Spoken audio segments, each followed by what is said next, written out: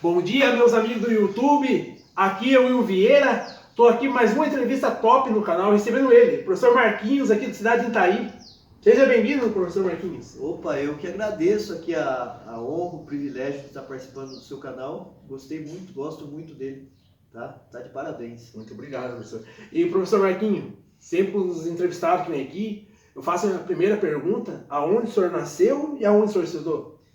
Eu nasci em Piraju, né? Assim, a cidade vizinha, né? Meu pai, na época, estava por lá, porque ele morava aqui em Itaí e tinha se mudado para lá por conta da política que acontecia aqui na época, que ele resolveu ir para Piraju. E eu acabei nascendo lá. Mas eu morei muito pouco lá, Will. Na verdade, eu morei mais tempo em Avaré, um pedaço da minha infância, do começo da minha adolescência, um pouco, assim, uns anos na Represa, antes até de tornar como que é agora, um condomínio fechado e tal. Então eu morei ali, que meu pai era caseiro de casa de campo. E depois, quando eu tinha uns 12 anos, eu vim morar em Itaí. E estou aqui desde então. Eu me considero itaiense, não sou pirajuense, não. Ah, sim.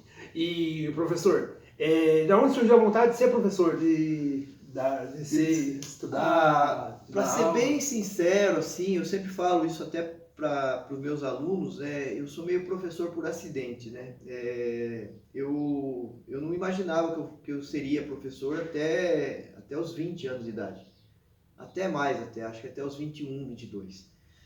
A faculdade eu fui fazer porque na época eu pretendia fazer concurso, fiz alguns concursos, passei em alguns concursos inclusive, até um deles é onde eu fui trabalhar na escola, na secretaria da escola João Miquinim, né, de oficial de escola, e na época eu, no caso, pensava em fazer um concurso público e ter um cargo público, e para ter cargo público precisava ter curso superior, entendeu?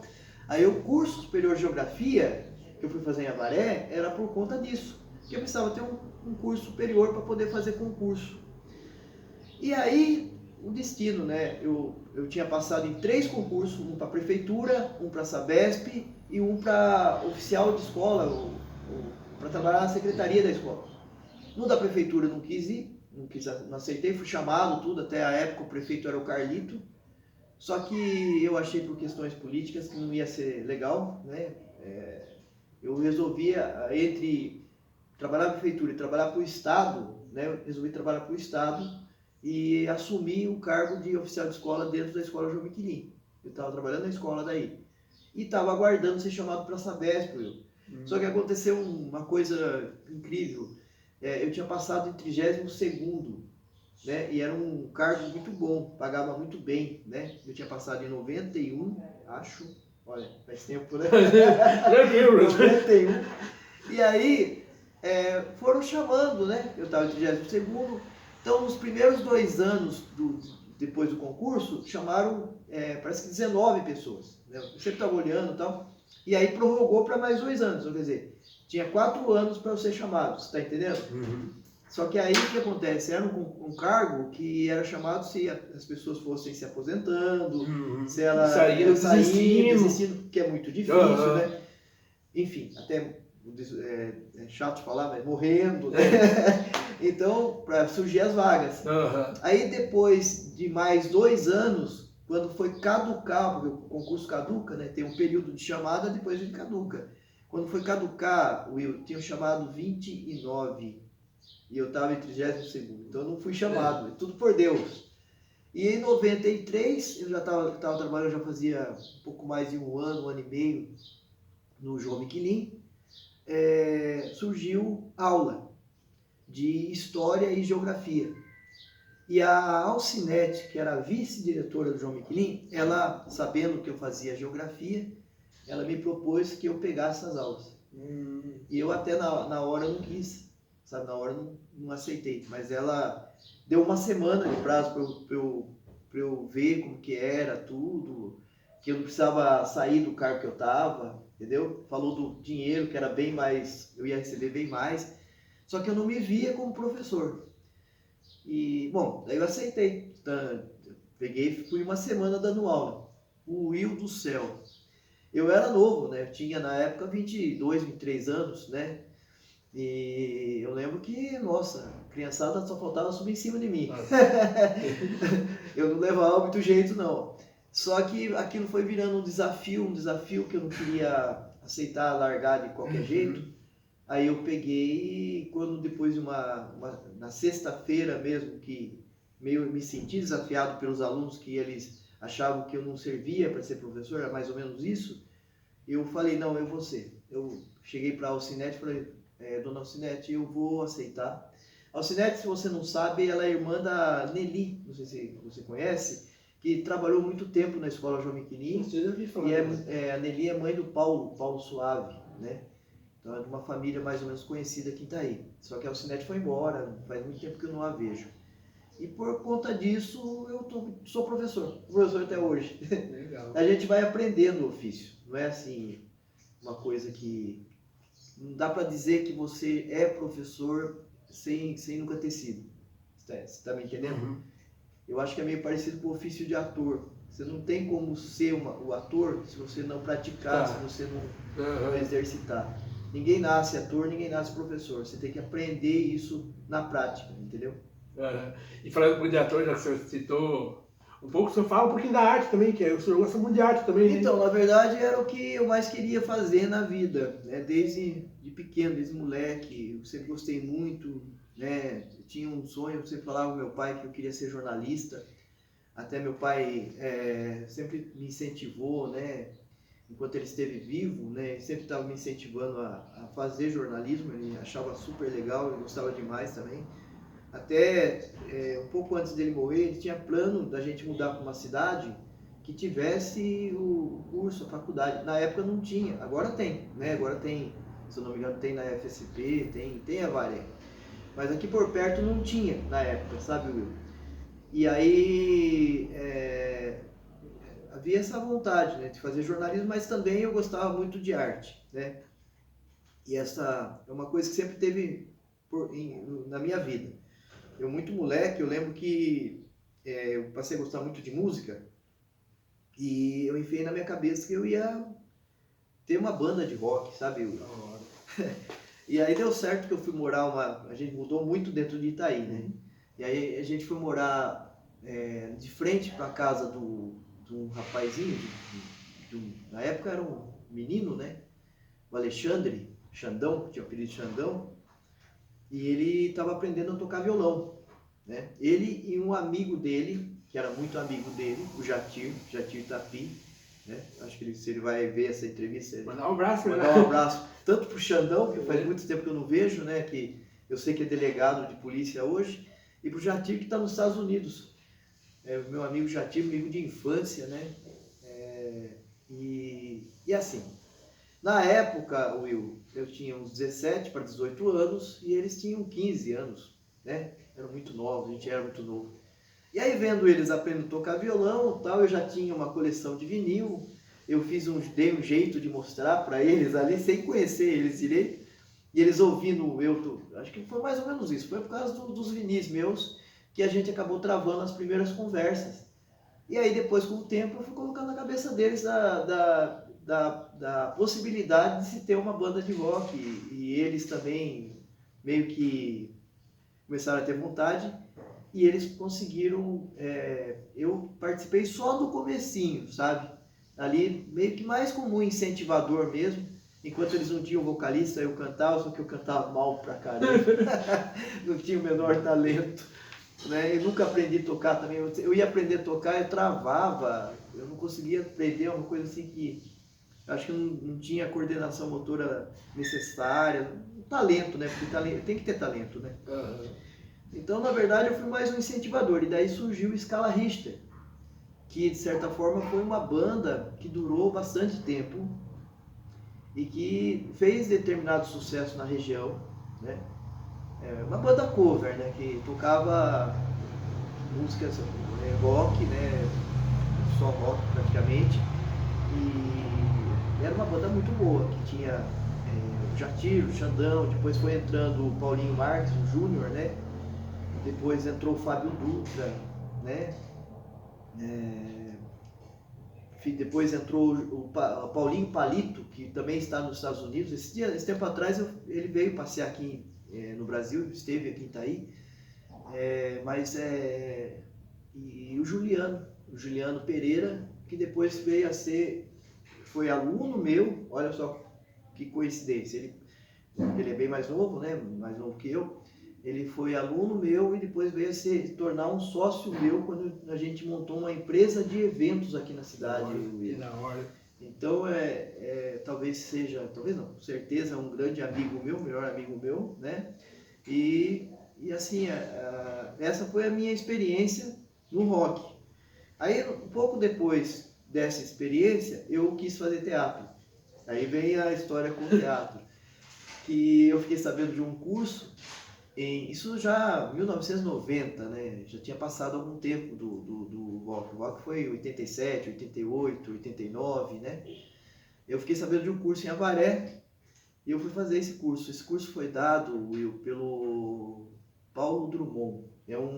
Se você procurar na internet, é um ator, ele tem até uma companhia de teatro, que é o Lúdica, né? E na época ele veio para Avaré e deu um curso que era todo sábado. Eram 4 sábados. E foi a época da Copa. Olha que engraçado. E eu não tenho esse certificado, porque para ter o certificado você tinha que ter 100% de presença. E um dos sábados tinha jogo do Brasil. E a gente é muito tonto, né? Eu, por causa do jogo do Brasil, aquela seleção horrível do Lazzaroni, né? Eu acabei não indo para Avaré, porque se eu fosse para Avaré, até o curso não ia ser no horário do jogo, né? Mas como tinha que ir para Avaré e voltar, você acabava perdendo o jogo. E eu lembro que a gente não foi fazer, era eu e minha sobrinha que fizemos esse curso, a Eliane, e aí não tem esse certificado, mas eu fiz o curso assim, 3 sábados, foi uma experiência muito legal, o método que ele usou é um método muito interessante, sabe? Que faz principalmente a gente perder a timidez, sabe? Que o teatro é muito importante por conta disso. Eu era um cara muito, muito tímido, né? E aí eu passei a fazer teatro amador aqui em Itaí. Então teve um período que eu fiz teatro amador. Quando eu me tornei professor, eu tive algumas experiências de fazer teatro com os alunos. Uma delas até foi muito interessante, que eu formei um grupo no Abílio. E lá no Abílio, na escola Abílio, eu montei um grupinho e a gente chegou a concorrer, né? Participar de festival de teatro nas escolas, sabe? Chegamos a apresentar até em Botucatu, que era uma peça chamada Cupido e Stanislavski. Eu fiz 2 peças com esse grupo. Uma peça que era o Último Cangaceiro, uma coisa assim, não lembro direito o nome. E o Cupido e Stanislavski, que foi o que marcou, que eram era um casal, um diretor e um menino. E se uma hora que de repente eles verem esse vídeo, eu vou mandar um abraço aí pro Jefferson Proença, hoje é pai de família, né? O Jefferson Cavalcante, que esse tempo atrás eu fiquei sabendo que estava fazendo direito, né? A Noemi, que também casou, né? Tem a família dela, como que é o nome fugiu agora, para Deus o livre, justo dela. Esqueci o nome. Tem mais uma que vai ficar pé da vida se assistir esse vídeo, tomara que não veja. Mas abraço, o Jefferson é amigo meu, o Jefferson. O Jefferson. Cavalcante. Cavalcante, você conhece? Conheço. Que legal. Ele trabalhou comigo lá no Monsanto, um abração pra ele. É inscrito no canal.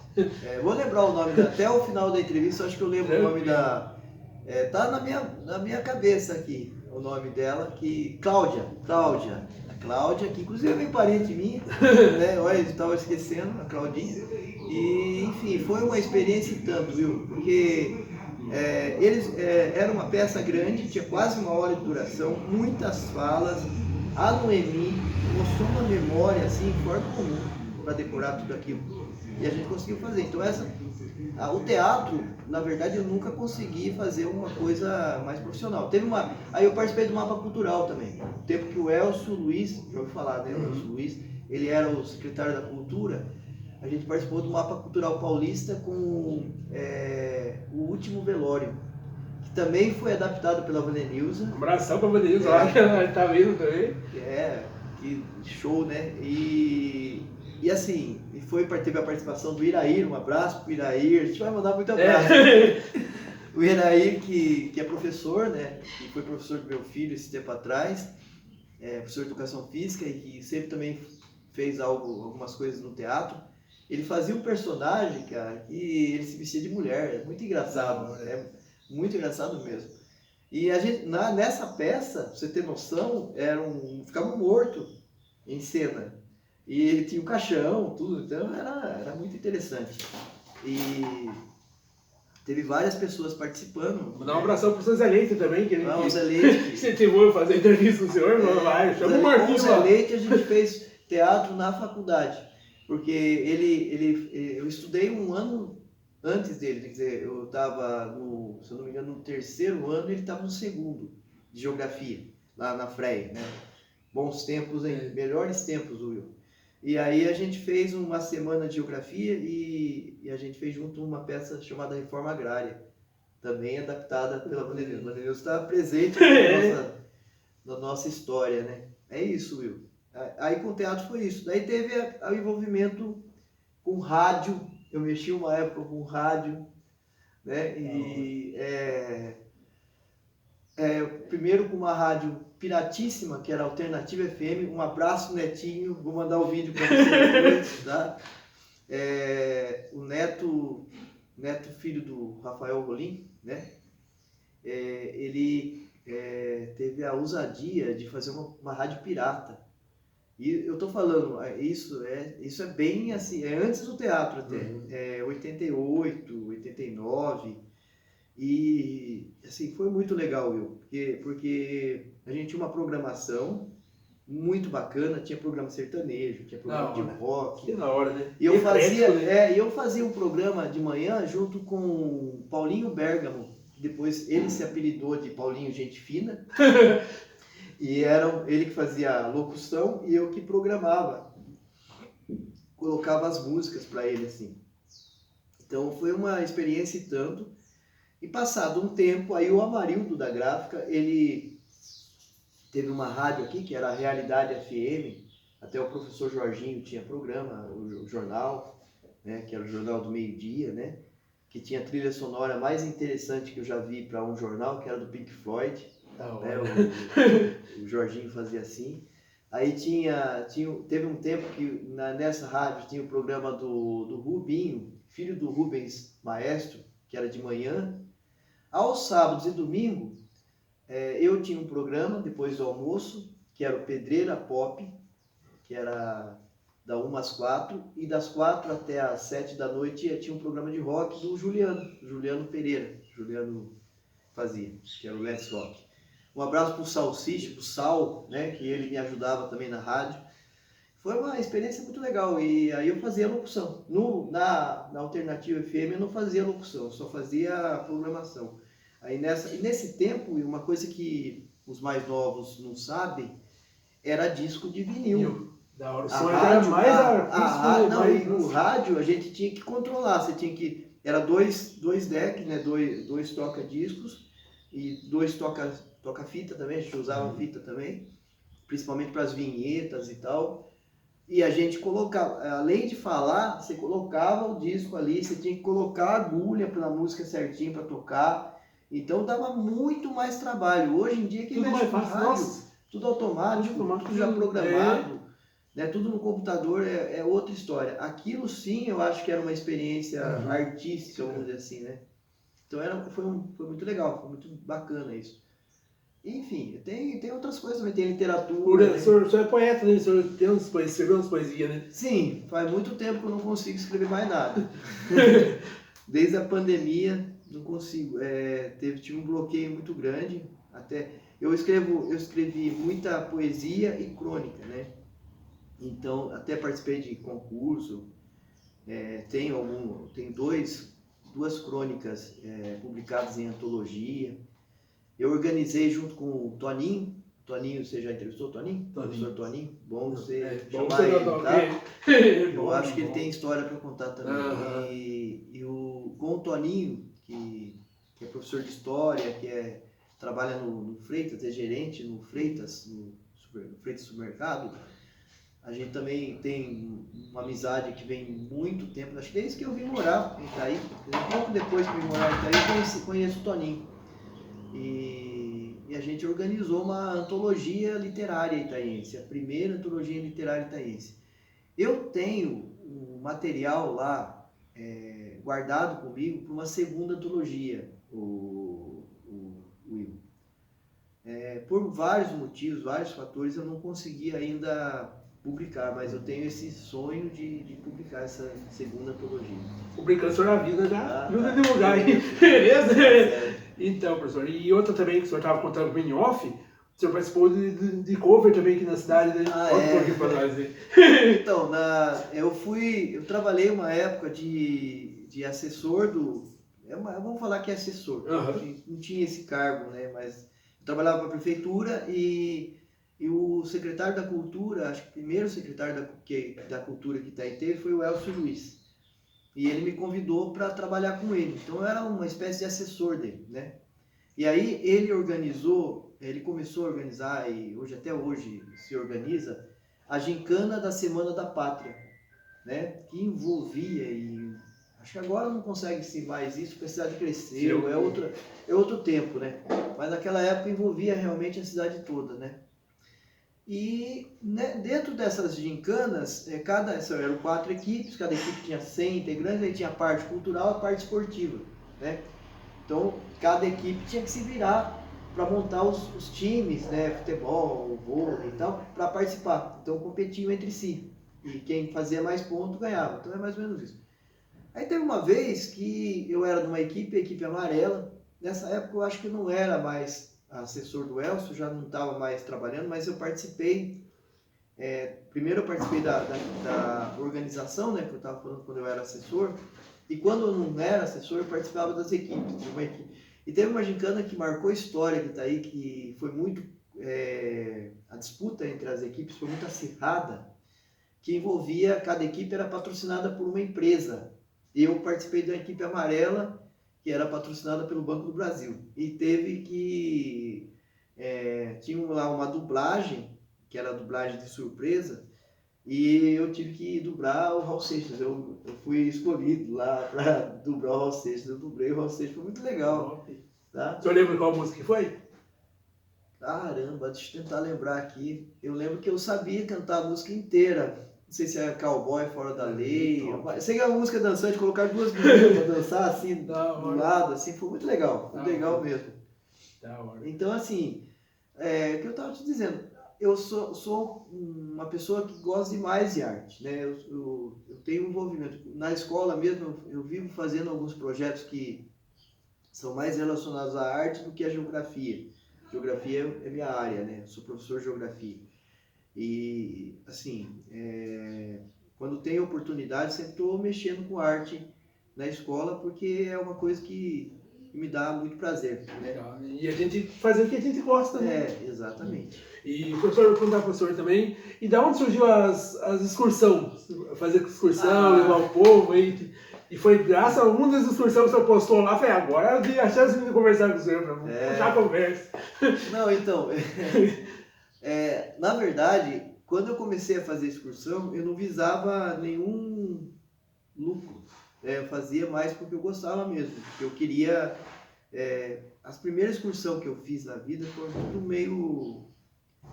Como que eu vou falar? É duro falar as coisas que as pessoas podem interpretar errado, né? Mas assim, eu era aluno ainda do João Miquelin. E aí teve uma vez que a gente ia para Água de Santa Bárbara, visitar a cachoeira, visitar que tem as piscinas lá, né? E eu não sei o que aconteceu lá, que a professora que estava organizando, ela não podia ir mais, ia cancelar a excursão. E na época eu era presidente do Grêmio Estudantil. Tem uma coisa que eu preciso contar, eu gosto de contar isso, porque realmente é uma coisa muito particular, né? Eu fui morar na minha empresa numa época em que não era muito difícil estudar. Não tem como hoje a condução vai buscar no sítio, trazer os alunos de transporte. Então eu fiquei 2 anos e meio, mais ou menos, sem estudar. 2 anos sem estudar. E era bem a época de começar a aprender a ler e escrever. Eu aprendi a ler e escrever, Will, mais com o meu pai, mais sozinho, do que na escola. Quando eu fui na escola eu já sabia ler e escrever, pra você ter noção.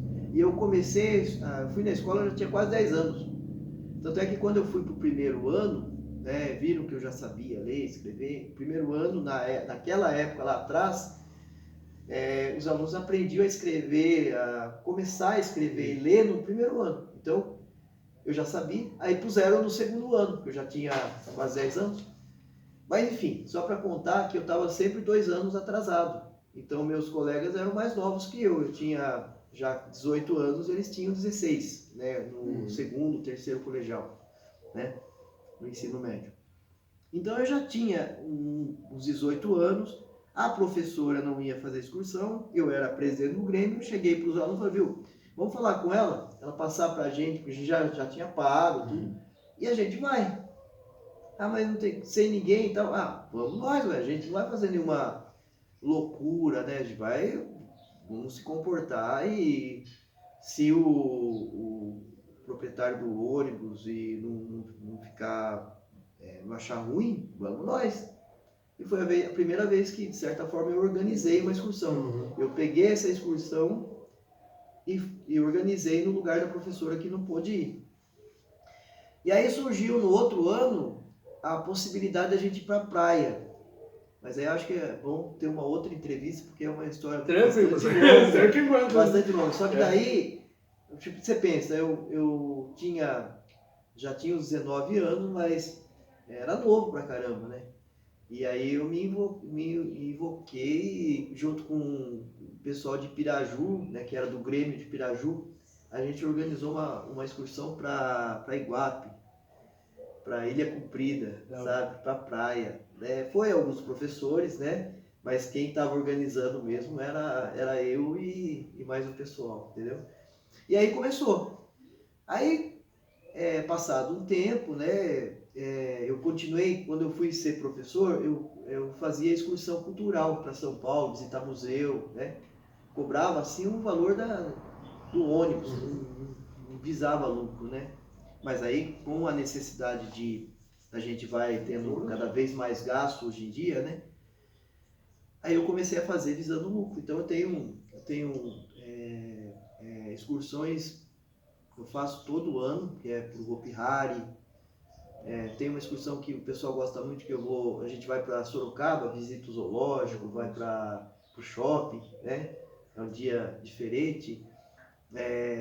Tem pro Termas Laranjais, aí eu faço também pro Termas aqui próximo da cidade, o Sunset, faço pro Parque da Mônica. Quando surge algum evento em São Paulo assim, que eu acho legal, eu promovo e levo o pessoal. Eu já levei na Neoquímica Arena para visitar lá, não para jogo, mas para visitar, para conhecer, né? É muito legal, né? Eu já fiz excursão de tudo quanto é tipo, você imaginar, já fiz, sabe?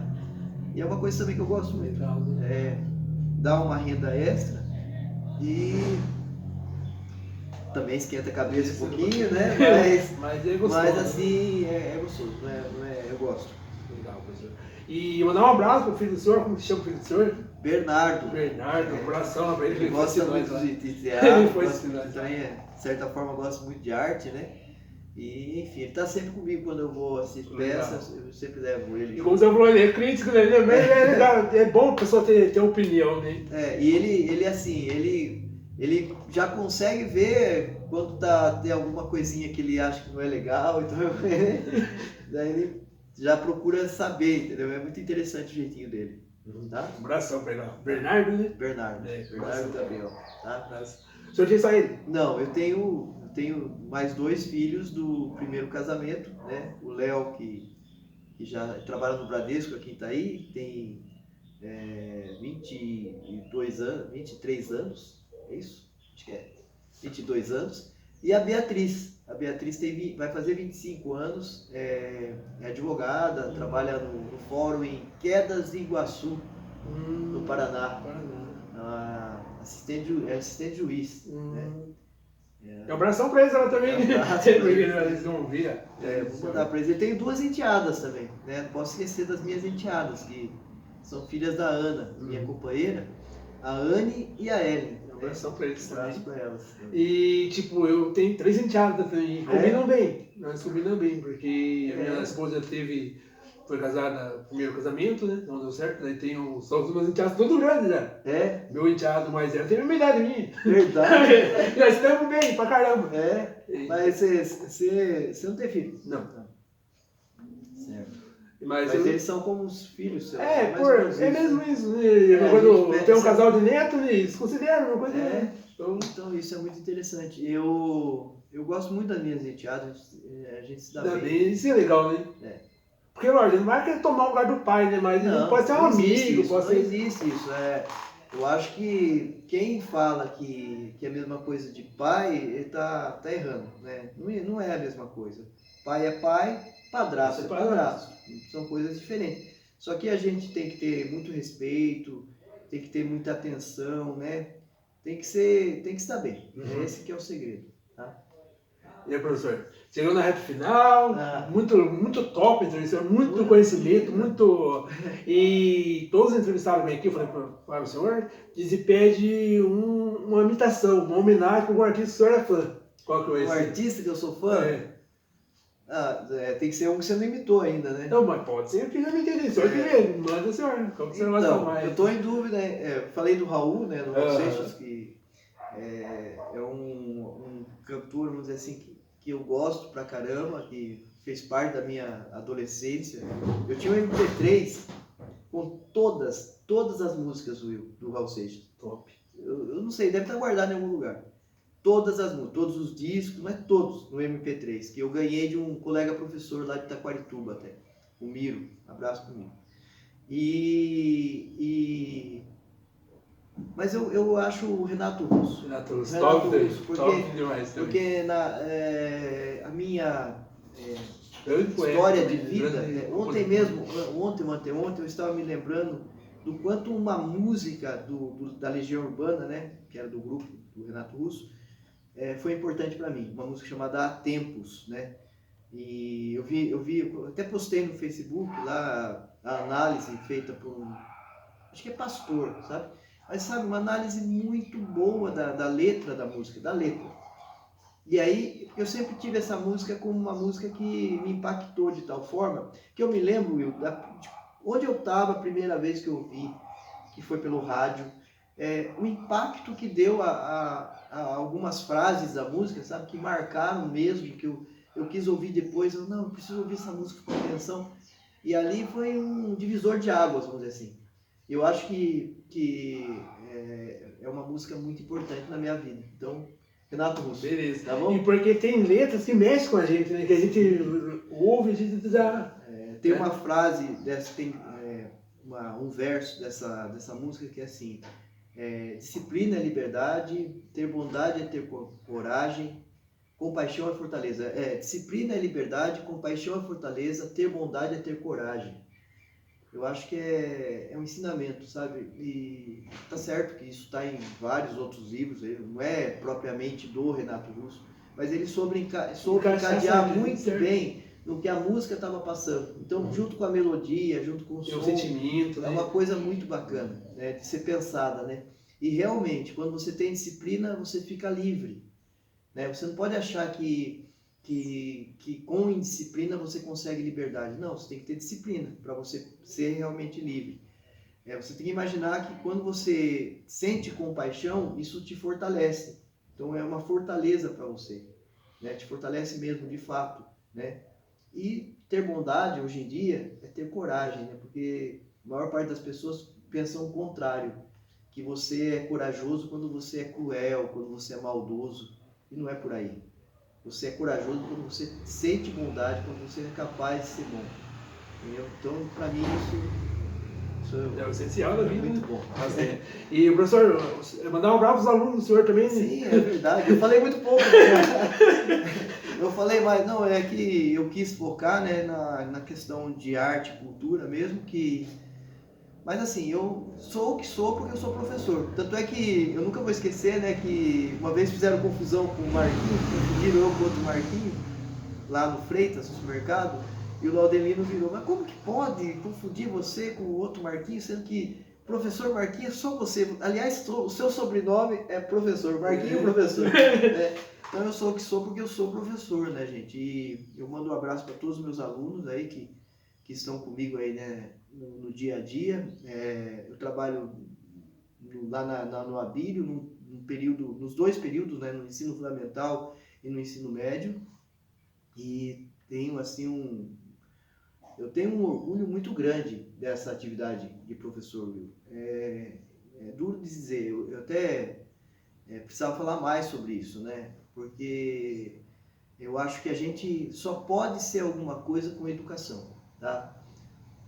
Tudo que a gente faz na vida, se você quer realmente fazer bem feito, você precisa ser educado, você precisa saber como fazer, e para saber como fazer você precisa ter educação, né? Como que fala? Precisa estudar, né? Precisa de estudo, não tem como ser alguma coisa sem estudo, tá bom? Professor, tudo de bom, Deus abençoe. Claro. Pessoal que viu a entrevista, deixa o like, comenta, compartilha. Vai ter sorteio no canal, o professor está concorrendo também. Opa. Beleza? Forte abraço, pessoal. Até a próxima. Até mais.